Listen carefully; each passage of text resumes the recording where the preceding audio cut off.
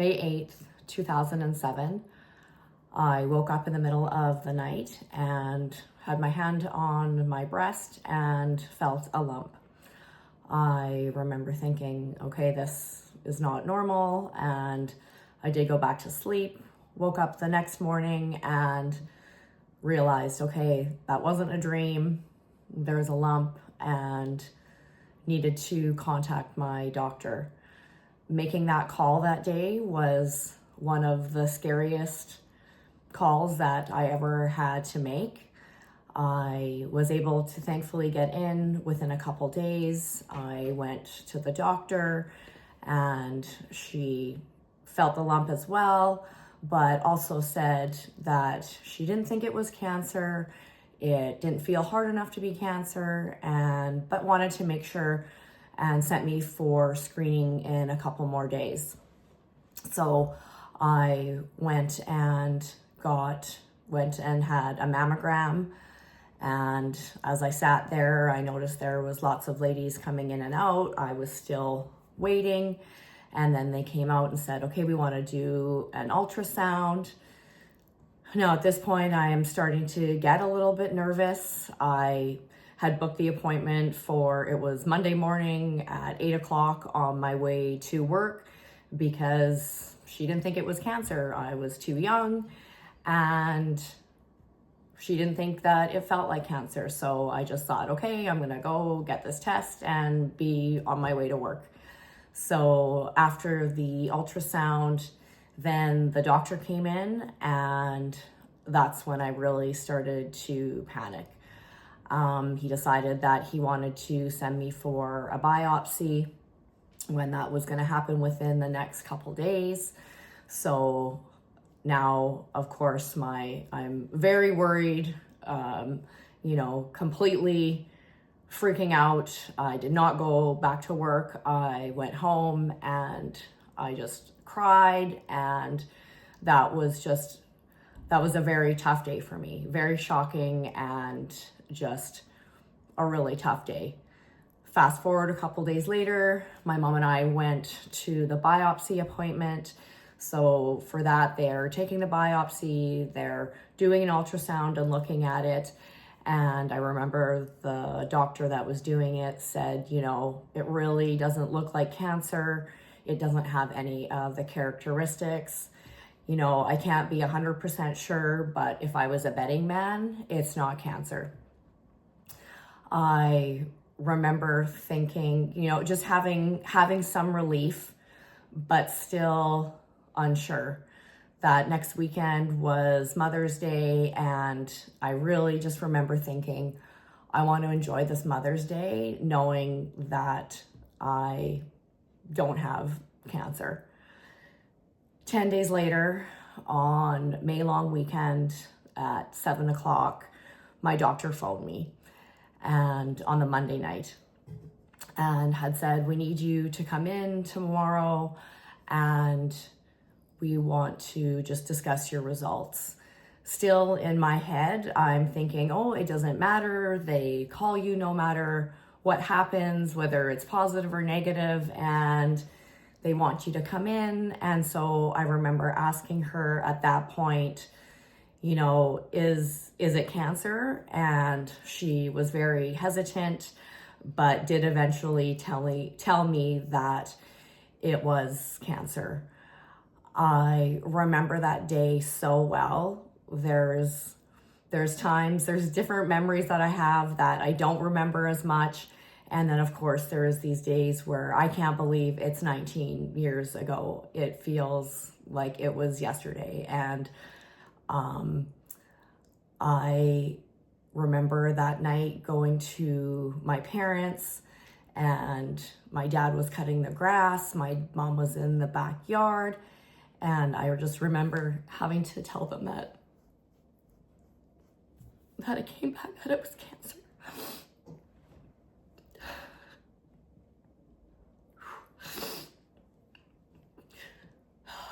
19 years later, it's the emotions are still there. They're still real. And even though I have, such it's just such an amazing, I guess, just journey and story. It's just, it still catches me off guard. Even when I feel strong, it catches me off guard. So sorry. That next day was another tough day. I remember it very well again, going to my doctors and her talking about the cancer, the type that it was, and I was so grateful to have my mom and my best friend there. I don't really remember a lot of that appointment because it was just, that was, I think for me, the day that it really hit. Again, fast forward to a few weeks later, I've seen some doctors now, some surgeons, and they are wanting to do a lumpectomy and reduce some lymph node removal. For me, I wanted a double mastectomy. I just wanted this cancer out of me, but they encouraged to just do the lumpectomy. So June 9th, I was able to have my surgery. And I was so grateful that the lymph nodes that they took out, they took 3, came back, that it had not spread. So that was incredible news. I was released that night. I did not want to stay in the hospital. I did not like them. And so about 6 weeks later, I went back to my surgeon for pathology results and was told that there were some cells that were around the tumor, that they weren't cancer yet, but in 5 years they would probably develop into cancer, and recommended getting mastectomy. So that was in the middle of July, I believe, and my mastectomy and reconstruction surgery was scheduled for July 25th. So I had that surgery. Both of my surgeries were about 45 minutes long, and I remember waking up, and I was lucky enough to be able to have the reconstruction right away, where they put a tissue expander in and fill it up slightly. So I remember waking up and looking and even thinking, okay, this isn't as bad as I thought it was going to be. Honestly, the thought of dying versus having your breast removed is, for me anyway, it wasn't a hard decision. My kids were almost 4 and 8 at the time, and I had made that choice, or in my mind, that my kids need their mom, and I cannot die. They just need me. Dying is not an option. So I guess for me, I really did handle that, having that mastectomy. It didn't maybe affect me in some ways that it could affect other women, because I was just so grateful to, I guess, have the cancer out of me and just know that I was making the best choice in order to be around for my kids. And after that, I mean, again, there's parts that I remember having drains. That wasn't fun. I remember taking the drains out. That was awful. But again, I was just so grateful that they caught it this early, and that I was, on my way to, I guess, just being able to have that thought that I'm going to be with my children. I am going to see my daughter get married. I am going to see her have her own children and get to be a grandma. So again, that part wasn't necessarily hard for me. I did get to go about 5 weeks later and meet with my oncologist, and they did recommend doing chemo. So again, that was another very tough day for me, where they said, yes, your hair is going to fall out. And I remember I went with my parents. I remember my doctor was incredible. I remember him, there's not a lot of the appointment that I remember, but I do remember him bending down on his knee in front of me and my parents and just saying, like, you've got this, and don't worry about stats, because at that point I had read everything that I could get my hands on. There wasn't as much as there is now in 2007. But I was all about the stats, and he just said, you can't worry about the stats. You just need to worry about fighting this and being healthy. And he said, because if we went by the stats, you wouldn't be here. You're 30 years old, and, just the criteria of everything that they say why you get breast cancer didn't match or align with why I would be there. And I just remember thinking, just, wow, what an amazing human. I'm still grateful to this day that I had him, because you learn very quickly that the bedside manner, but from some nurses and doctors, are not the same. And so when you do find that one that is incredible, it holds dear to my heart. I remember the drive home, and the drive leaving the cross cancer, I was crying about my hair falling out. We had stopped at the wig shop in the cross, and all these wigs were short. They were not blonde. I remember a very hard day, and my mom and dad, we went to a couple other wig places. And I remember my dad saying, I don't understand what you're so upset about. It's just your hair. And I remember saying to him, well, it's easy for you to say, it's not your hair that's going to fall out. So it's a little bit of a funny story, because then later on that night, my dad phoned me and said, you know what? I'm going to shave my head with you. So, and I'm going to keep it shaved until your hair starts to grow back. For me, the thought of losing my hair was significantly harder than losing my breast. I just kept envisioning what I would look like. I was worried that my kids were going to be scared of me. I just had so many fears around it. The thought of waking up and finding hair on my pillow was just an awful thought.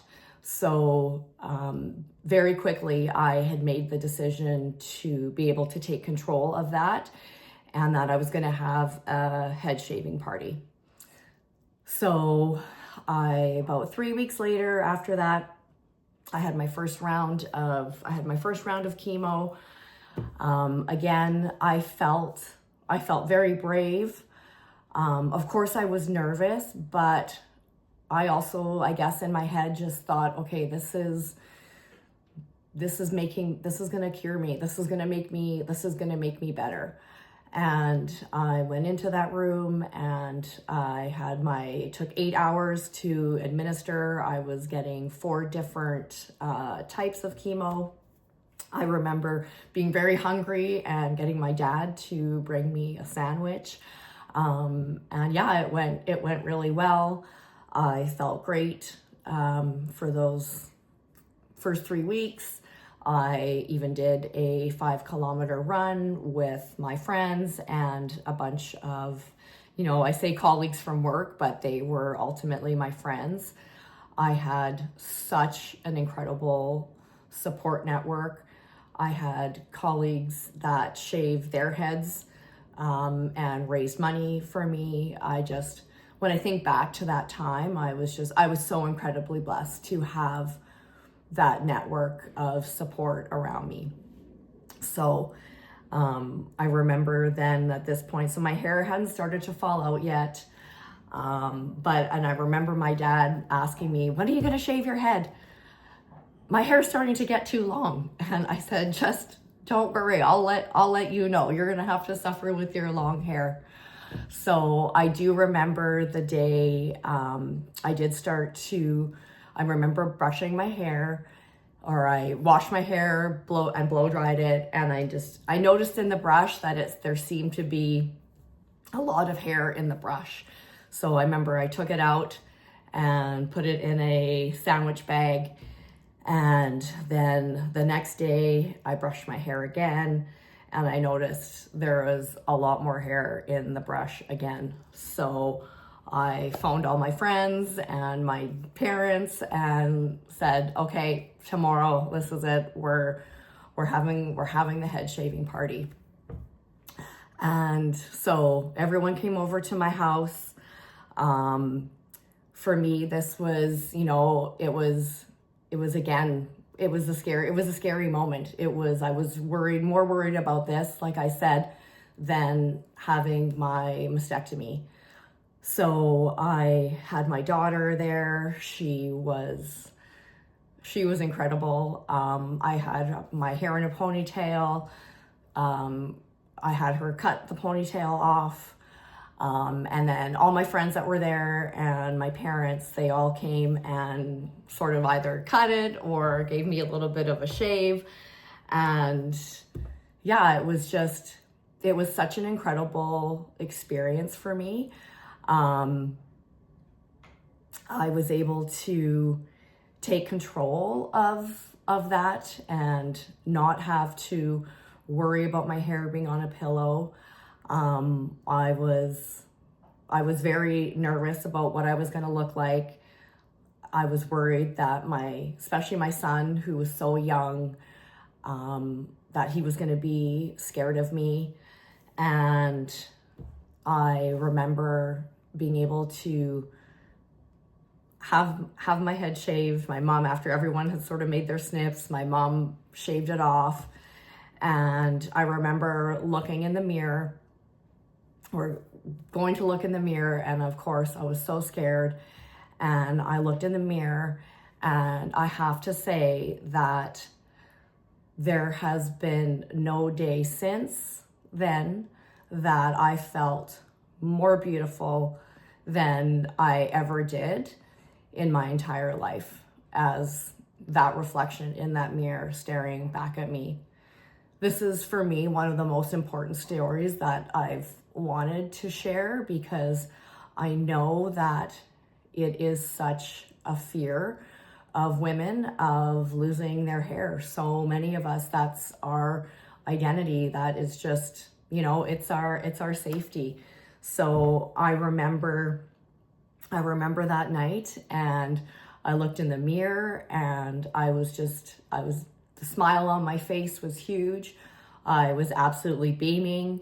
I remember seeing some of my friends, and my little girl, she had tears in her eyes, and, everyone I guess was feeling the emotions of that day, of course. And I just remember thinking, there's nothing to be sad about. This is the most incredible feeling that I had, and it was so unexpected. So that's just something that I always wanted to share, because it was one of my most realist fears. Fast forward again, and I've had another chemo, and it was about mid-October, and I ended up waking up in the middle of the night, and my shirt was soaked, and I ended up getting an infection from one of the stitches from my mastectomy that hadn't healed, and then having the chemo. So off we went to the hospital. I had to have emergency surgery to get the tissue expander out. Again, I was very blessed to have an incredible plastic surgeon who he was so supportive. I remember laying on the surgery table and, hearing another doctor saying, how can we operate on her? She's got such a low count. And the doctor saying, well, we have to, because she's got this infection. And I remember, again, just that being another scary moment as I laid on that surgery table and feeling my head against it with no hair. I remember being scared, and I remember him counting down the seconds to put me to sleep and holding my hand. And yeah, he was just an incredible doctor. So from then, Christmas was approaching. I was doing 6 chemos in total. And I had to go I went every 3 weeks. So for 6 treatments. And then I did also have another round of chemotherapy that it was actually 17 treatments, because it was a treatment that needed to help for the type of gene I had. One of the cancer that I had was HER positive, HER positive. And so it has a high chance or reoccurrence rate, but they had found some medicine that was supposed to help with that. So I went every 3 weeks for 17 treatments of those. I'll discuss that a little bit more later on in one of my other posts, just to get through this first year and a bit of my story, because it is a little long. So fast forward to Christmas time. Christmas came, and then for whatever reason in my head, I wanted to have my chemo done in 2007. I did not want it to start my 2008 having my chemo. So of course every time you go before your chemo, you have to go get your blood tested a couple days before. So I remember going on December 27th and getting my blood tested, and for the first time, my cell count was low. And so they said, we're going to have to wait a few days till it gets up, but we can fit you in January 2nd. And I remember saying, no, I have to have it in 2007. So my oncologist said, okay, come back in a couple days. We'll do another test. We could fit you in on December 31st if that works. And of course that worked. Even though it was New Year's, it was, of course, what else am I going to be doing? And I remember him telling me he said, okay, so before you get your blood tested, he said, run.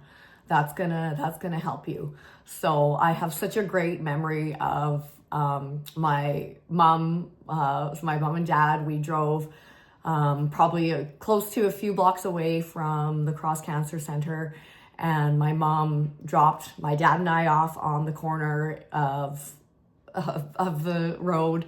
It was about -25. It was freezing, and my dad and I ran to the cross, and I got my blood tested, and thankfully my counts were up. And so I was able to get my last chemo on December 31st, 2007. I had a last chemo party, because I said, well, what are they gonna do if I have a bunch of people here? Kick me out? Tell me that I can never come back again? Perfect. So again, I have just another great memory of having all my friends and family around for that. One of my good friends brought a bottle of Dom Perignon, and we cracked that bottle and we cheersed, and yeah, that was the last day of my 2007. I started radiation right away, within about 2 weeks. Unfortunately, I did end up getting a chest infection after my last chemo. It was probably it was definitely one of the sickest times the sickest I have ever been. I went to the hospital. They had to keep me there for about 36 hours, and it was like I guess a community center, not even the hospital. But they couldn't send me home, and there was no beds for me to go to, but they had me in an isolation room. And then I did eventually get to the cross I remember it was, again, this is something that this time is a little fuzzy for me because I was so sick. I was so heavily medicated. They wanted to give me a blood transfusion, but I really did not want to have that. Everyone that came to see me, my kids, they had to sterilize themselves and put a gown and mask on. And there was even people that I know after came to visit me and I didn't even realize that they were there. So that was, it was definitely a scary moment because I was very, very sick. But thankfully I made it through that. And I started radiation. But again, I remember I was so weak from being sick. I always think back to that. I don't even know how I had the energy to get up and walk to that appointment because I was just still feeling so weak. But I had handled chemo so well. My side effects were very minimal. I was able to, just with the anti-nausea medications that they gave, and again, the mindset that I had, I'm too busy to be sick. I never missed any of my son's hockey games, my daughter's soccer games. They truly were my motivation, and I was so grateful to have them because now when I look back, they kept me going. And I do remember though that going to that radiation and thinking, okay, well, I did chemo, I did that so well. This is going to be a breeze. But I do remember that day, that I remember walking into that room. It's in the basement, the walls, the doors to the room are about this thick. And I remember seeing that radiation table, and again, not sure why, but that was just, I don't know if it was maybe I was reflecting back and seeing movies, but for my chemo experience, like my first chemo, I wasn't scared. I didn't have that feeling, but the radiation, that was tough that first day. I remember laying on this little skinny, I guess, a bed, stretcher. And then I remember it, it's just I remember hearing the noises of the machine as they slid me in.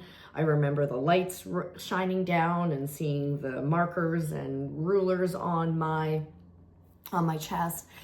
And it was super quick. It was probably 5 minutes from getting in, having the radiation and out.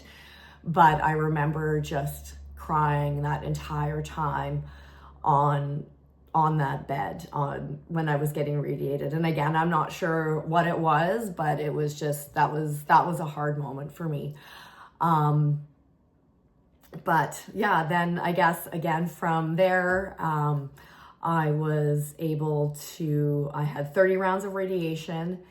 It was very tough. Again, I felt that I went through chemo so well that my radiation was again going to be easy. The doctor said to me that, it's like a bad sunburn. I almost wish he would have said for, what it was going to be, because I'm blonde, fair skin. I've had lots of bad sunburns, but I was purple red. It was very tough. I remember I only had 4 treatments left and I was in immense pain. I had blood and pus that were it was coming from, leaking out of my, coming, I guess, from my mastectomy scars that I had.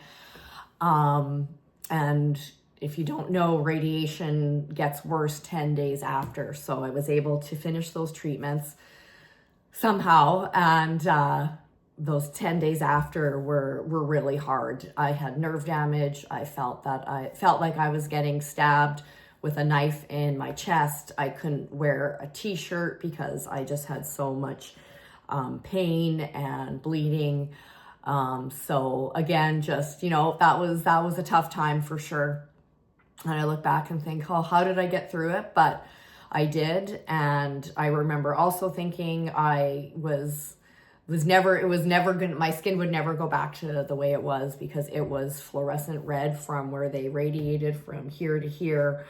But incredibly enough, that's one thing that you realize when you go through this, is how amazing your body is at healing. Because now you can, not even if I told you where it was, you cannot, there's no redness, there's no different skin color, nothing. Our bodies are incredible for healing. So I will finish up this segment of my story. I'm just going into about just a year and a bit into it. Otherwise I could probably be here for a few hours. So after my radiation, you have to wait 6 months to be able to have to have the reconstruction surgery, make sure everything is healed. With that, because of the radiation damage that I had, it wasn't just as simple again as putting in a new tissue expander. They actually had to skin graft off my back to put skin on the front, because the skin had thinned so much. And then they actually had to take my lat muscle, and it is now wrapped around the front of my chest in order to hold in the implant.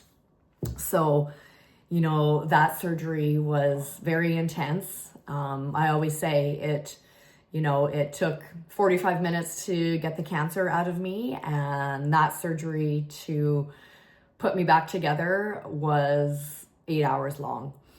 And a lot of pain, and just,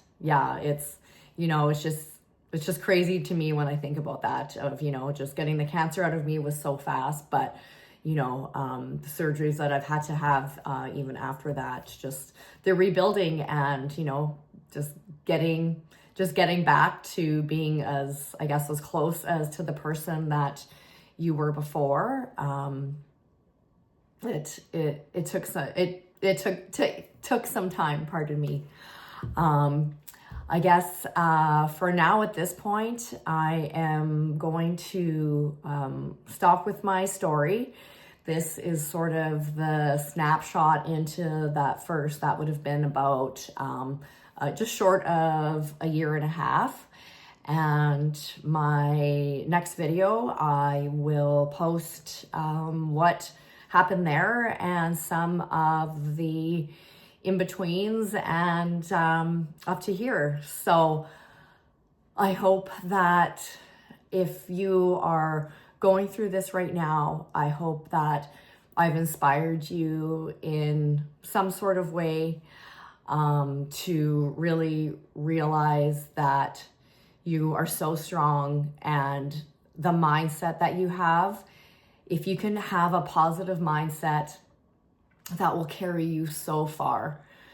It was very important for me to have my kids see and know that even though we're going through a really hard time right now, we can look back and we have great memories. And I love that at this point now I can look back and I think, wow, we have some really great memories together. And